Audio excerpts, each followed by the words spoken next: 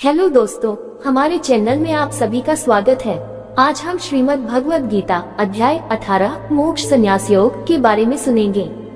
तो आइए दोस्तों सुनते हैं। अर्जुन बोले, हे महाबाहो, हे अंतर्यामिन, हे वासुदेव, मैं संन्यास और त्याग के तत्व को पृथक पृथक जानना चाहता हूँ। श्री भगवान बोले, कितने ही पंडित जन तो काम्य कर्मों के स्त्री पुत्र और धन आदि प्रिय वस्तुओं की प्राप्ति के लिए तथा रोग संकट आदि की निवृत्ति के लिए जो यज्ञ दान तप और उपासना आदि कर्म किए जाते हैं, उनका नाम काम्य कर्म है। त्याग को संन्यास समझते हैं तथा दूसरे विचार कुशल पुरुष सब कर्मों के फल के त्याग को ईश्वर की भक्ति, देवताओं का पूजन, माता पितादि गुरुजनों की सेवा, यज्ञ दान और तप तथा वर्णाश्रम के अनुसार आजीविका द्वारा गृहस्थ का निर्वाह एवं शरीर संबंधी खान पान इत्यादि जितने कर्तव्य कर्म हैं, उन सब में इस लोक और परलोक की संपूर्ण कामनाओं के त्याग का नाम सब कर्मों के फल का त्याग है, त्याग कहते हैं।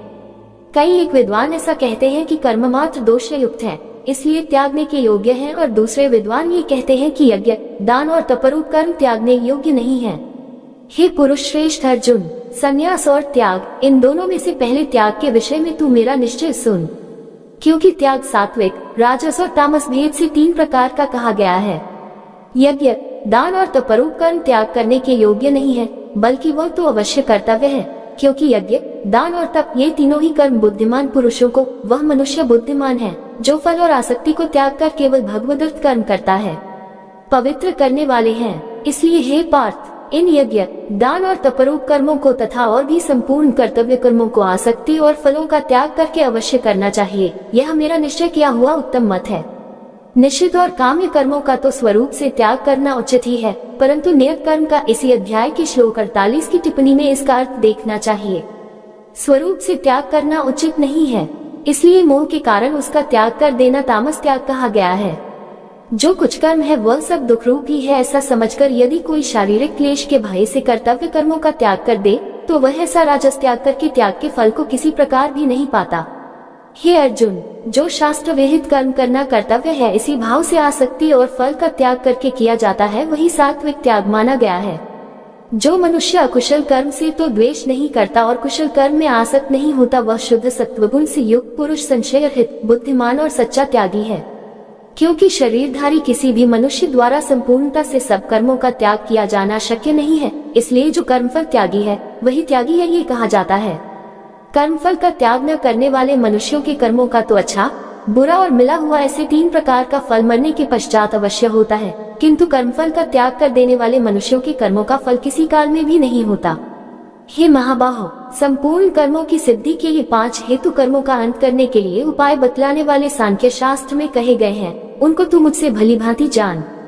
इस विषय में अर्थात कर्मों की सिद्धि में अधिष्ठान, जिसके आश्रय कर्म किए जाएं, उसका नाम अधिष्ठान है, और कर्ता तथा भिन्न भिन्न प्रकार के करण, जिन जिन इंद्रियादिकों और साधनों द्वारा कर्म किए जाते हैं, उनका नाम करण है, एवं नाना प्रकार की अलग अलग चेष्टाएं, और वैसे ही 5वां हेतु दैव पूर्वकृत शुभाशुभ कर्मों के संस्कारों का नाम दैव है।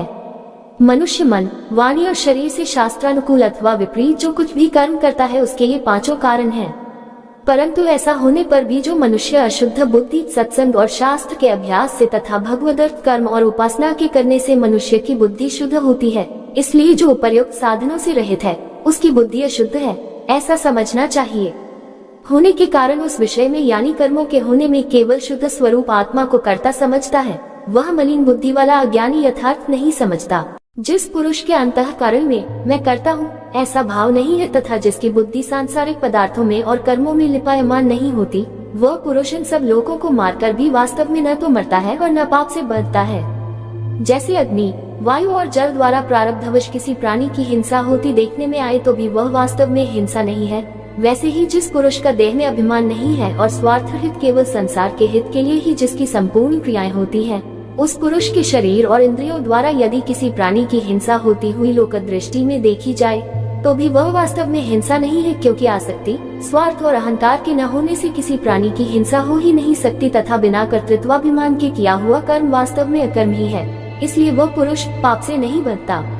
ज्ञाता, जानने वाले का नाम ज्ञाता है। ज्ञान जिसके द्वारा जाना जाए उसका नाम ज्ञान है, और ज्ञेय जानने में आने वाली वस्तु का नाम ज्ञेय है। ये तीनों प्रकार की कर्म प्रेरणा है, और कर्ता, कर्म करने वाले का नाम कर्ता है। करण, जिन साधनों से कर्म किया जाए उनका नाम करण है तथा क्रिया करने का नाम क्रिया है। ये तीनों प्रकार का कर्म संग्रह है। गुणों की संख्या करने वाले शास्त्र में ज्ञान और कर्म तथा कर्ता गुणों के भेद से तीन तीन प्रकार के ही कहे गए हैं। उनको भी तू मुझसे भली भांति सुन। जिस ज्ञान से मनुष्य पृथक पृथक सब भूतों में एक अविनाशी परमात्मा भाव को विभाग रहित संभाव से स्थित देखता है, उस ज्ञान को तू सात्विक जान। किंतु जो ज्ञान अर्थात जिस ज्ञान के द्वारा मनुष्य संपूर्ण भूतों में भिन्न भिन्न प्रकार के नाना भावों को अलग अलग जानता है, उस ज्ञान को तू राजस जान। परंतु जो ज्ञान एक कार्यरूप शरीर में ही संपूर्ण के सदृश आसक्त है तथा जो बिना युक्ति वाला तात्विक अर्थ से रहित और तुच्छ है, वह तामस कहा गया है। जो कर्म शास्त्र विधि से नियत किया हुआ और कर्तापन के अभिमान से रहित हो तथा फल न चाहने वाले पुरुष द्वारा बिना राग द्वेष के किया गया हो, वह सात्विक कहा जाता है। परंतु जो कर्म बहुत परिश्रम से युक्त होता है तथा भोगों को चाहने वाले पुरुष द्वारा या अहंकार युक्त पुरुष द्वारा किया जाता है, वह कर्म राजस कहा गया है। जो कर्म परिणाम, हानि, हिंसा और सामर्थ्य को न विचार कर केवल अज्ञान से आरंभ किया जाता है, वह तामस कहा जाता है। जो कर्ता संग्रहित, अहंकार के वचन न बोलने वाला, धैर्य और उत्साह से युक्त तथा कार्य के सिद्ध होने और न होने में हर्ष शोक आदि विकारों से रहित है, वह सात्विक कहा जाता है। जो कर्ता आसक्ति से युक्त कर्मों के फल को चाहने वाला और लोभी है तथा दूसरों को कष्ट देने के स्वभाव वाला, अशुद्धाचारी और हर्ष शोक से लिप्त है, वह राजस कहा गया है।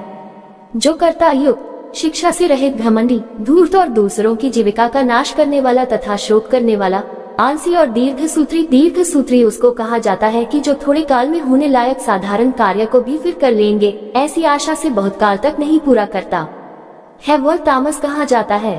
हे धनंजय, अब तू बुद्धि का और धृति का भी गुणों के अनुसार तीन प्रकार का भेद मेरे द्वारा संपूर्णता से विभाग पूर्वक कहा जाने वाला सुन। हे पार्थ, जो बुद्धि प्रवृत्ति मार्ग गृहस्थ में रहते हुए फल और आसक्ति को त्याग कर भगवद अर्पण बुद्धि से केवल लोक शिक्षा के लिए राजा जनक की भांति बरतने का नाम प्रवृत्ति मार्ग है, और निवृत्ति मार्ग को, देहाभिमान को त्याग कर केवल सच्चिदानंद घन परमात्मा में एक ही भाव स्थित हुए श्री सुखदेव जी और संकादिकों की भांति संसार से उपराम होकर विचरने का नाम निवृत्ति मार्ग है। कर्तव्य और अकर्तव्य को, भय और अभय को तथा बंधन और मोक्ष को यथार्थ जानती है, वह बुद्धि सात्विकी है। हे पार्थ, मनुष्य जिस बुद्धि के द्वारा धर्म और अधर्म को तथा कर्तव्य और अकर्तव्य को भी यथार्थ नहीं जानता, वह बुद्धि राजसी है। हे अर्जुन, जो तमोगुण से घिरी हुई बुद्धि अधर्म को भी ये धर्म है ऐसा मान लेती है तथा इसी प्रकार अन्य संपूर्ण पदार्थों को भी विपरीत मान लेती है, वह बुद्धि तामसी है। हे पार्थ, जिस अव्यभिचारिणी धारण शक्ति भगवद विषय के सिवाय अन्य सांसारिक विषयों को धारण करना ही व्यभिचार दोष है, उस दोष से जो रहित है वह अव्यभिचारिणी धारणा है। से मनुष्य ध्यान योग के द्वारा मन, प्राण और इंद्रियों की क्रियाओं, मन, प्राण और इंद्रियों को भगवत प्राप्ति के लिए भजन, ध्यान और निष्काम कर्मों में लगाने का नाम उनकी क्रियाओं को धारण करना है, को धारण करता है, वह धृति सात्विकी है। परंतु हे पृथापुत्र अर्जुन, फल की इच्छा वाला मनुष्य जिस धारण शक्ति के द्वारा अत्यंत आसक्ति से धर्म, अर्थ और कामों को धारण करता है, वह धारण शक्ति राजसी है। हे पार्थ, दुष्ट बुद्धि वाला मनुष्य जिस धारण शक्ति के द्वारा निद्रा, भय, चिंता और दुख को तथा उन्मत्तता को भी नहीं छोड़ता अर्थात धारण किए रहता है, वह धारण शक्ति तामसी है। हे भरत श्रेष्ठ, अब तीन प्रकार के सुख को भी तू मुझसे सुन। जिस सुख में साधक मनुष्य भजन, ध्यान और सेवादि के अभ्यास से रमण करता है और जिससे दुखों के अंत को प्राप्त हो जाता है, जो ऐसा सुख है वह आरंभ काल में यद्यपि विष के तुल्य प्रतीत, जैसे खेल में आसक्ति वाले बालक को विद्या का अभ्यास मूर्ता के कारण प्रथम विष के तुल्य भासता है, वैसे ही विषयों में आसक्ति वाले पुरुष को भगवत भजन, ध्यान, सेवा आदि साधनाओं का अभ्यास मन न जानने के कारण प्रथम विष के तुल्य प्रतीत होता है, परंतु परिणाम में अमृत के तुल्य है। इसलिए वह परमात्म विषय बुद्धि के प्रसाद से उत्पन्न होने वाला सुख सात्विक कहा गया है।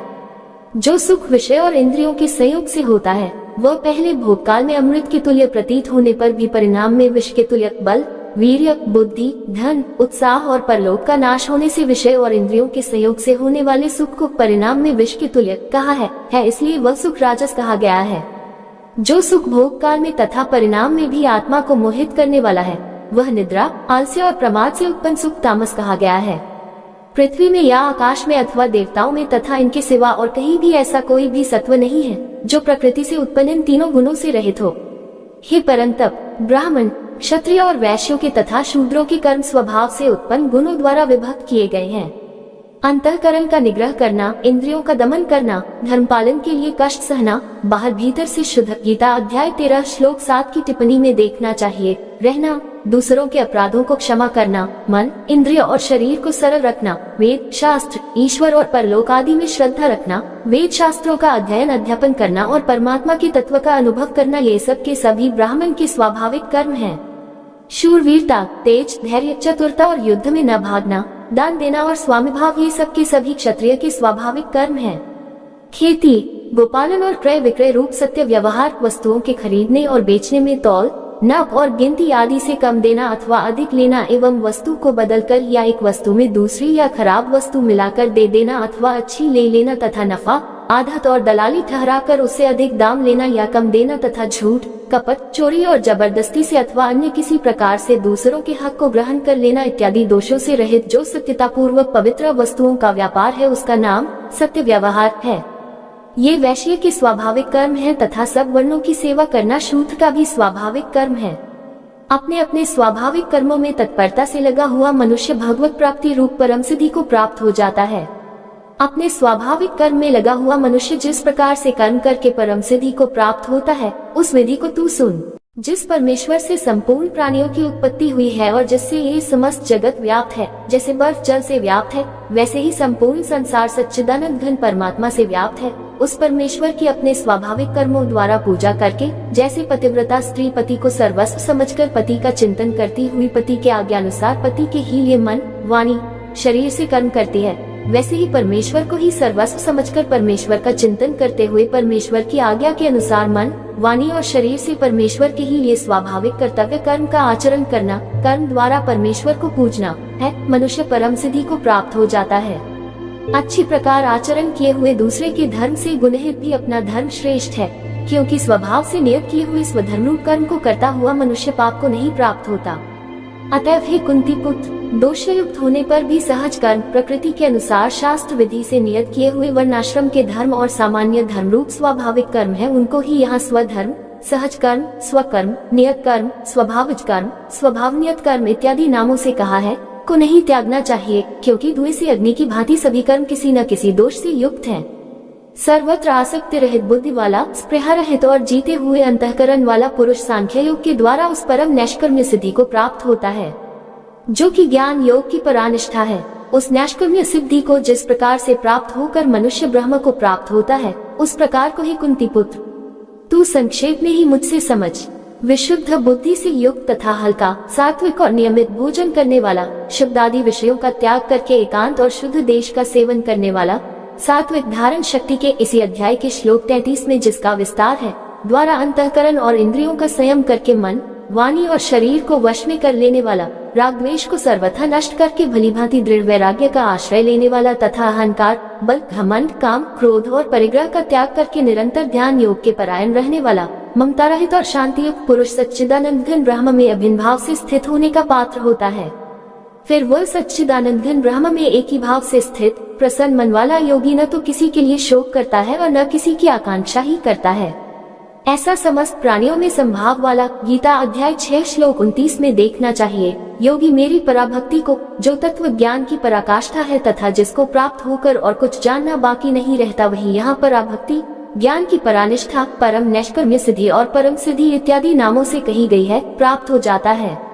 उस पराभक्ति के द्वारा वह मुझ परमात्मा को, मैं जो हूँ और जितना हूँ, ठीक वैसा का वैसा तत्व से जान लेता है तथा उस भक्ति से मुझको तत्व से जानकर तत्काल ही मुझ में प्रविष्ट हो जाता है।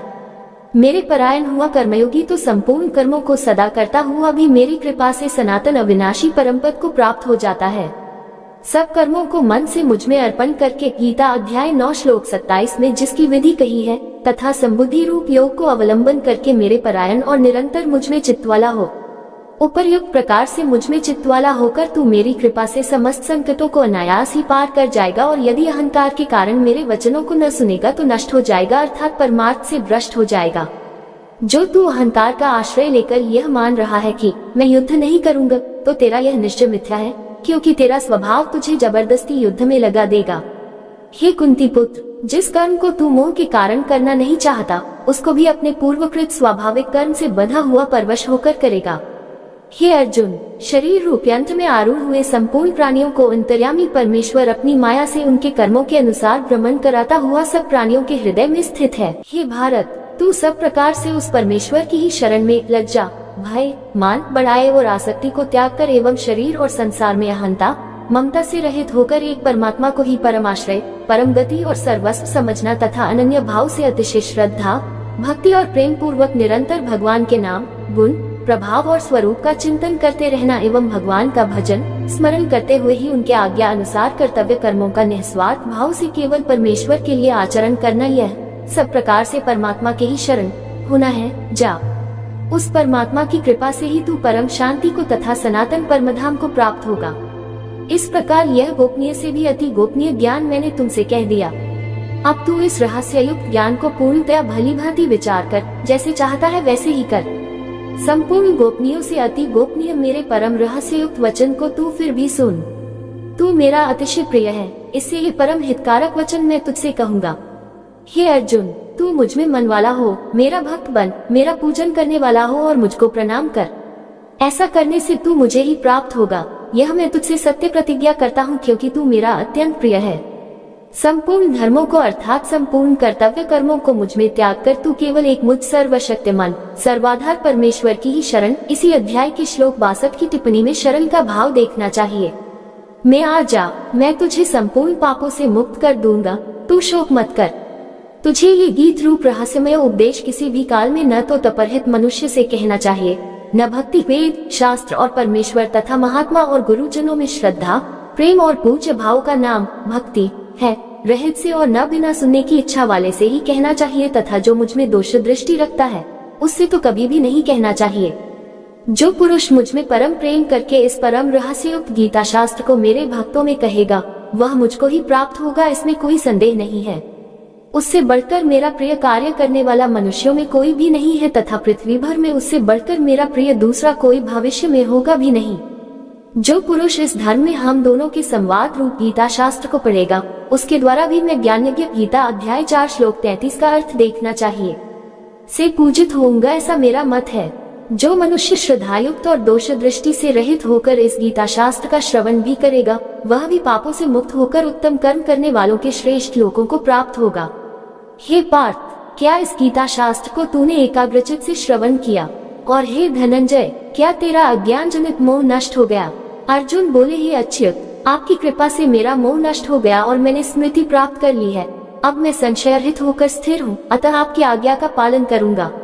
संजय बोले, इस प्रकार मैंने श्री वासुदेव के और महात्मा अर्जुन के इस अद्भुत रहस्य युक्त रोमांचकारक संवाद को सुना। श्री व्यास जी की कृपा से दिव्य दृष्टि पाकर मैंने इस परम गोपनीय योग को अर्जुन के प्रति कहते हुए स्वयं योगेश्वर भगवान श्री कृष्ण से प्रत्यक्ष सुना। हे राजन, भगवान श्री कृष्ण और अर्जुन के इस रहस्य युक्त कल्याणकारक और अद्भुत संवाद को पुनः पुनः स्मरण करके मैं बार बार हर्षित हो रहा हूँ। हे राजन, श्री हरि जिसका स्मरण करने से पापों का नाश होता है, उसका नाम हरि है कि उस अत्यंत विलक्षण रूप को भी पुनः पुनः स्मरण करके मेरे चित्त में महान आश्चर्य होता है और मैं बार बार हर्षित हो रहा हूँ। हे राजन, जहाँ योगेश्वर भगवान श्री कृष्ण है और जहाँ गांडीव धनुषधारी अर्जुन है, वहीं पर श्री विजय, विभूति और अचल नीति है, ऐसा मेरा मत है। श्रीमद् भगवद गीता अध्याय 18 मोक्ष संन्यास योग गीता का अंतिम और सबसे व्यापक अध्याय है, जिसमें श्री कृष्ण ने अर्जुन को पूरे ज्ञान का अंतिम सार समझाया है। इसे मोक्ष संन्यास योग कहा जाता है क्योंकि इसमें संन्यास, त्याग और मोक्ष मुक्ति के विषय को विस्तार से बताया गया है। संन्यास का अर्थ है सभी कामनाओं के त्याग के साथ कर्मों का परित्याग करना। त्याग का अर्थ है फल की इच्छा को त्यागते हुए अपने कर्तव्य कर्म करना। ज्ञानियों के अनुसार केवल कामना से प्रेरित कर्मों का त्याग करना ही सच्चा त्याग है, न कि कर्तव्य से पलायन। हर कार्य 3 प्रकार के होते हैं। सात्विक कर्म जो कर्तव्य भावना से बिना फल की इच्छा के किया जाए, राजसिक कर्म जो अहंकार या फल की इच्छा से किया जाए, तामसिक कर्म जो अज्ञान या हठ से किया जाए। गीता का सार तत्व यह है कि कर्तव्य करते हुए निष्काम भाव से भगवान की भक्ति करो और उनकी शरण में जाओ। उम्मीद करते हैं दोस्तों, आपको ये गीता ज्ञान अध्याय सुनने में अच्छा लगा होगा। इसी के साथ विदा लेते हैं। कल फिर एक नए गीता ज्ञान अध्याय लेकर हाजिर होंगे। तब तक सभी दोस्तों को जय श्री कृष्णा जी।